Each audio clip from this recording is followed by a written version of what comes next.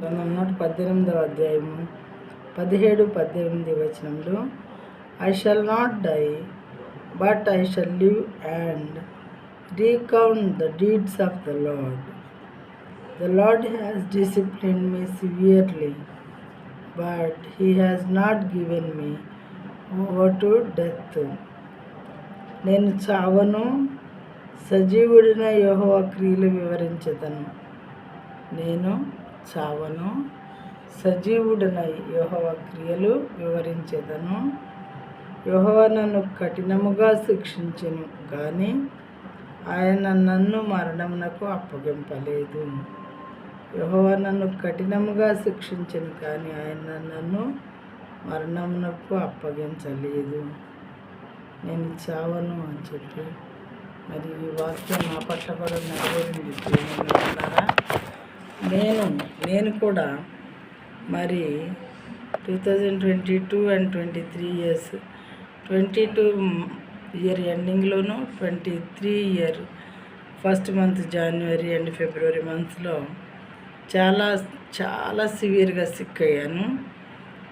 మామూలుగానే తిరుగుతూ హెల్తీగా ఉన్నదాన్ని ఎందుకు సిక్ అయ్యానో నాకే తెలియదు. అయితే దేవుడు భయంకరమైన పరిస్థితిలో నుండి నన్ను లేవనెత్తారు. ఒక విధంగా చెప్పాలంటే మరణ పడక నుండి నన్ను లేవనెత్తినటువంటి దేవుడు అని చెప్పవచ్చు. బెడ్ మీద పడి ఉన్నాను డెడ్ బాడీ లాగా, కానీ నాలో జీవం ఏమీ ఉన్నట్లు లేదు. నేను ఆర్టిఫిషియల్ ఎయిర్తో జీవించబడుతూ ఉన్నాను. ఆక్సిజన్ సహాయంతోనే జీవిస్తున్నాను. మాట రాలేదు, చేతులు కదలలేదు, కాళ్ళు కదలలేదు.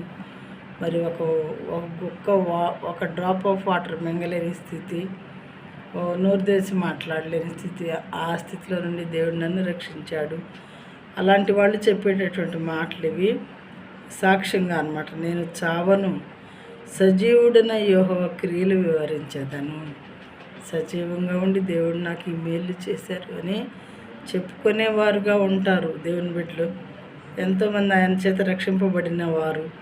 యెహోవా నన్ను కఠినముగా శిక్షించను, కానీ ఆయన నన్ను మరణమునకు అప్పగించలేదు. దేవుడు చాలా కఠినంగా శిక్షించారు నన్ను. మరి నాలో ఏదో దేవునికి ఇష్టం లేని మార్గాలు ఉంటాయి. నాకు తెలియకుండానే దేవుడు సమస్తం ఎరిగిన దేవుడు కాబట్టి నాలో ఆయనకి ఏమి నచ్చలేదు, ఎందుకో తెలియదు, కానీ సడన్గా సిక్ అయ్యాను. అయినా కానీ దేవుడు నన్ను మరణానికి అప్పచెప్పలేదు. ప్రియమైన వాళ్ళారా, సజీవురాలుగా ఉంచి ఆయన కార్యాలు వివరించడానికి బ్రతికింపజేశారు. దేవునికి స్తుతులు.